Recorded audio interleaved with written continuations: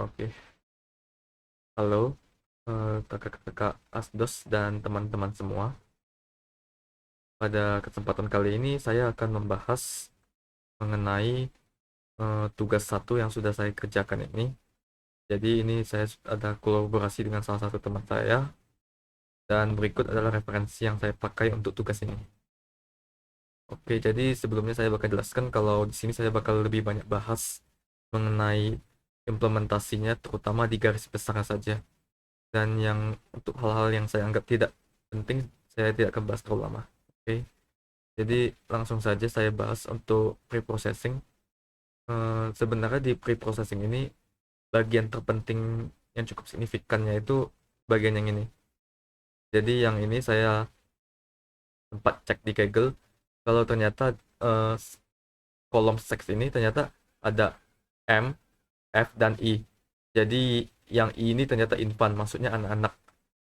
Nah, jadi kalau kita lihat trainingnya itu sebenarnya ini bisa dibilang cukup signifikan karena infant itu kita tahu dia itu memiliki ukuran yang lebih kecil serta umurnya jauh lebih muda eh, dibandingkan male dengan female yang sudah dewasa.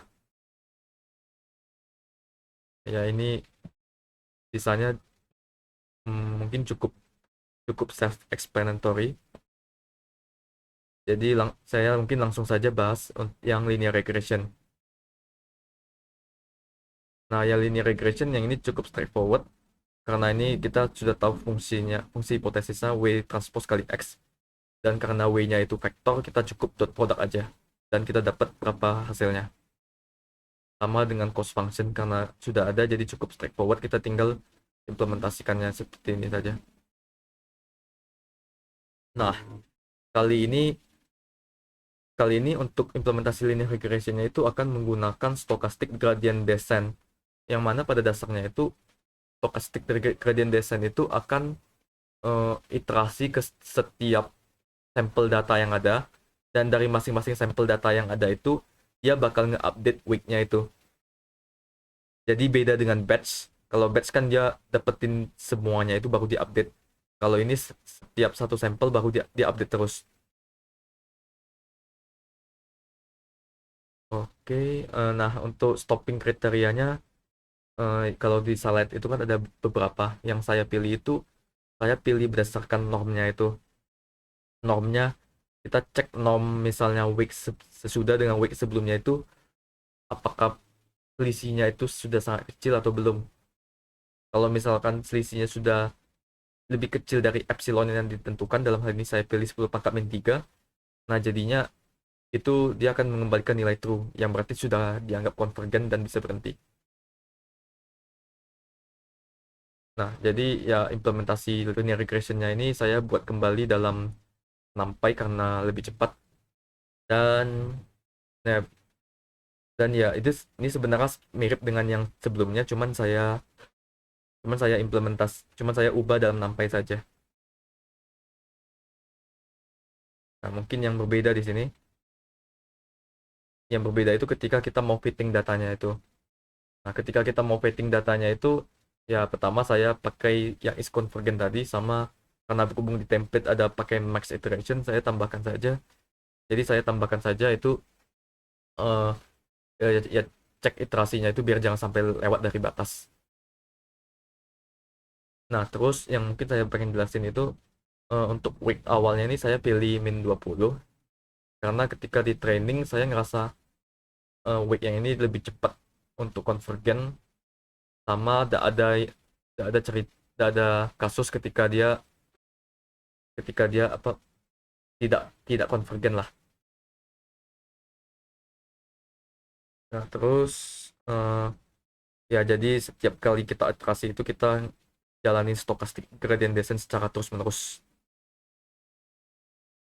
Nah, selanjutnya apabila kita sudah memprediksi dan mendapatkan nilai W yang kita inginkan, nilai W-nya itu kan kita bisa saja kalikan dengan X, yang mana itu sebenarnya HX itu. Jadi jadi sebenarnya prediksi itu W yang sudah W transpose yang sudah kita didapat dari W yang sudah kita train dikali dengan X yang ada sebelumnya. Nah, jadi kita Kalau kita sudah masukkan fungsi ini, kita dapatkan hasil prediksinya. Nah, selanjutnya logistic regression. Logistic regression, walaupun ini namanya logistic regression alias ya ini merupakan model untuk klasifikasi, sebenarnya ini cara kerjanya ini hampir sama dengan linear regression tadi. Hanya saja perbedaan utamanya itu terlihat dari dia menggunakan fungsi, hanya ini dia pakai fungsi sigmoid.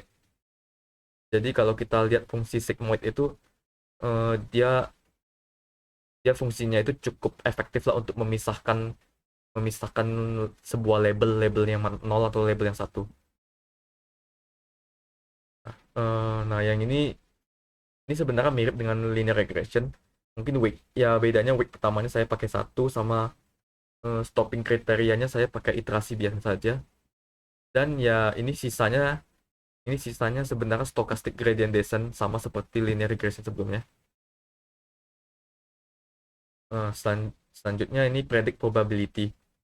Eh, ketika ya ini sebenarnya untuk predict probability ini, kita kan tadi ketika kita sudah fit, kita dapatkan weight-nya itu, weight hasil trainnya berapa, dari ketika kita sudah itu kita kalikan dengan X. Nah, bedanya dengan linear regression, ketika kita melakukan ini, kita mendapatkan weight eh, weight-nya itu berupa probabilitas. Jadi kalau probabilitas semakin dekat dengan satu, kita makin yakin kalau itu sebenarnya merupakan label satu, dan sebaliknya kalau makin dekat dengan nol, itu sebenarnya dilabelkan dengan nol. Nah, jadi kita agak lebih sederhana, kita pakai threshold-nya ini. Jadi kalau misalkan lebih dari 0,5, kita labelkan itu satu, kalau di bawahnya kita labelkan itu nol. Oke. Nah, di sini yang mungkin cukup unik, yaitu decision tree.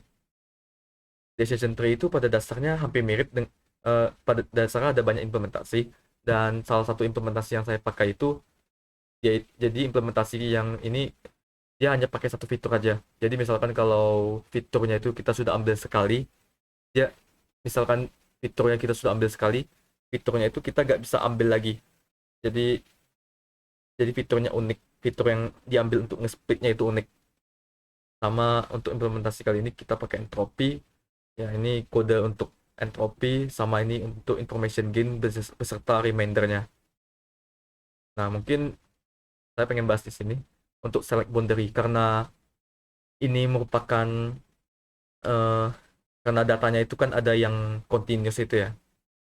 Itu kan kita pasti perlu agak tricky ya untuk select bagi boundary mana yang kasih information gain yang paling besar. Nah, eh, jadi cara yang saya lakukan di sini cukup naif. Intinya itu kita coba tes satu persatu data yang ada. Sudah itu kita tes datanya yang mana aja. Kalau kita sudah kita tes gainnya itu, kita ambil yang paling besar. Nah, dan dan harapannya kita bisa cari boundary yang memberikan gain yang paling besar. Ya, kira-kira itu. Memang ini agak cukup lama, tapi sebenarnya ini cukup, ya sebenarnya ini eh, sudah cukup efektif untuk dalam mengerjakan tugas ini. Oke, selanjutnya ada select best feature. Nah, jadi kan kalau kita mau train decision tree itu kan kita harus select fitur mana yang memiliki gain yang paling tinggi. Nah, ketika kita select ini, pada dasarnya kita misalnya ada 10 fitur, kita tes satu-satu fiturnya yang mana yang paling gainnya yang paling besar. Ya, jadi ini mirip mirip dengan select boundary, cuman bedanya dia nge-select fitur mana yang memiliki gainnya yang paling besar.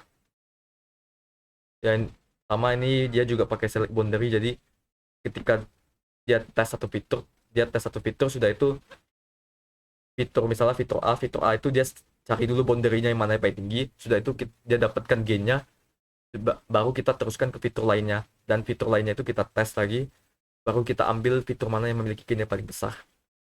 Nah, untuk yang random ini bakal saya jelaskan di random forest nantinya. Nah, oke, selanjutnya ada fit. Untuk yang fit ini sebenarnya ini rekursi. Jadi kita cek dulu berapa banyaknya output yang positif dengan output yang negatif. Dan apabila tidak masuk dalam corner case berikut ini, kita sebenarnya bisa select fitur mana yang paling bagus. Kalau kita sudah select fitur mana yang paling bagus, kita bisa buat sebuah node yang memisahkannya itu. Node yang memisahkannya itu. Nah, jadi kita bisa kita bisa pisah ke kanan dan kita bisa pisah ke kiri. Eh, atau nah, kalau lo mau lebih jelas kita lihat di sini. Jadi kan setiap kali kita iterasi itu kita pilih fitur mana. Fiturnya itu ada satu dengan boundary-nya misal kita dapat 35. Nah, sudah itu kita lakukan rekursi ke kiri dan ke kanan. Yang mana rekursinya ke kiri ini kita split datanya yang boundary-nya lebih kecil dan yang di kanan kita split boundary-nya yang lebih besar. Oke. Hmm. Ya, kita split terus pokoknya sampai fiturnya itu habis. Ya, kita tahu habis dari mana kita cek di visited. Jadi kalau misalnya fitur sudah habis kita ya fitur sudah habis kita dan misalnya belum benar-benar split kita bisa value-nya itu kita masukkan yang probabilitasnya atau kalau misalkan bahkan sampel datanya sudah tidak ada lagi kita bisa masukkan dengan random. Oke. Nah, jadi kalau misalkan tree-nya itu sudah terbentuk, kita bisa lakukan dengan memprediksi outputnya ini. Kita tinggal simulasiin aja tree-nya. Jadi kalau tree-nya kan kita sudah bangun. Kalau kita mau prediksi, kita tinggal simulasiin aja tree-nya ini. Sudah itu kita dapatkan value-nya. Ya, ini kita simulasiin, dan itu kita dapat value-nya. Dan karena ini berupa probabilitas, ya kita bisa mirip dengan logistic regression tadi, kita pisah dengan yang 0,5 ini. Oke, selanjutnya ada random forest. Ya, ada random forest. Nah, untuk implementasi random forest sendiri eh, ini pada dasarnya ini mirip dengan ini sebenarnya merupakan kumpulan decision tree sih. Cuman bedanya ada fungsi bootstrapping. Jadi fungsi bootstrapping itu dia ngambil data random misalnya datanya itu ada 10. Nah, jadi di bootstrapping itu kita misalnya kita ambil data di indeks 1, kita bisa ambil di indeks 1 lagi. Jadi ya nanti hasil akhirnya itu bootstrapping itu dia ngambil banyak data, dia ambil data secara random terus-menerus sampai ukurannya itu sama dengan data semula. Cuman bedanya datanya ini nanti ada duplikasi gitu. Nah, terus ada yang namanya fit. Nah, yang fit ini nanti dia bikin model random forest dengan cara bikin banyak decision tree. Bikin banyak decision tree dengan sampel data yang sudah kita bootstrap sebelumnya. Nah, mungkin ketika kita mau trainingnya ini ada sedikit perbedaan. Dalam hal ini saya modifikasi decision tree-nya dengan menambahkan parameter random feature. Nah, dan apabila kita kembali lagi di decision tree-nya ini di random feature ini kan kita bisa lihat perbedaan utamanya itu di select best feature. Jadi kalau di decision tree misalnya ada 10 fitur, dia akan cek satu-satu fitur tersebut, fitur mana yang gain-nya paling besar. Nah, kalau random forest dia itu bakal dia cukup ngecek sebagian fitur yang random itu. Sebagian fitur yang di randomnya itu dia bakal ngecek mana yang gain-nya paling besar. Ya untuk kenapa saya pilih bagi fiturnya kita bagi tiga, mungkin ini bisa dijelaskan di Wikipedia yang sudah saya lihat ini sih, karena katanya ini pembagian bagi tiga ini bisa cukup efektif dan cukup bagus untuk kebanyakan kasus. Oke. Nah, kira-kira itu saja. Perbedaan selanjutnya lagi kalau kita sudah bangun tree-nya itu untuk memprediksinya kan kita cukup ngetrain satu-satu tree yang sudah ada. Nah, tree yang sudah ada itu kan misalnya kita punya 5 tree, 5 tree itu punya masing-masing 5 output. Nah, dari 5 output tersebut bagaimana kita mencari apa output yang bakal kita pakai lah. Nah, caranya itu dengan menggunakan majority vote. Jadi dari output yang sudah ada itu kita cari mayoritas yang mana yang paling sering muncul. Nah, outputnya itu yang bakal jadi hasil prediksi untuk decision tree tersebut. Oke, eh, mungkin untuk yang fitur ini ya ini tadi saya pakai yang untuk fitur yang linear regression saya pakai yang infant karena saya anggap ini jauh lebih efektif dibanding fitur lainnya, karena fitur lainnya itu memiliki scatter plotnya itu hampir mirip lah. Yang ini yang agak beda, dan sebenarnya ini ini mungkin kurang kelihatan sih karena ketutup sama outlier, ada beberapa outlier di sini dan di sini sih. Oke, mungkin yang terakhir saya bakal jelaskan yang ini. Jadi kalau misalkan tree-nya kita sudah buat, ya tree-nya kita bisa tampilkan dengan, ya ini saya tampilkannya dengan menggunakan space sih untuk kelihatan levelnya yang mana aja.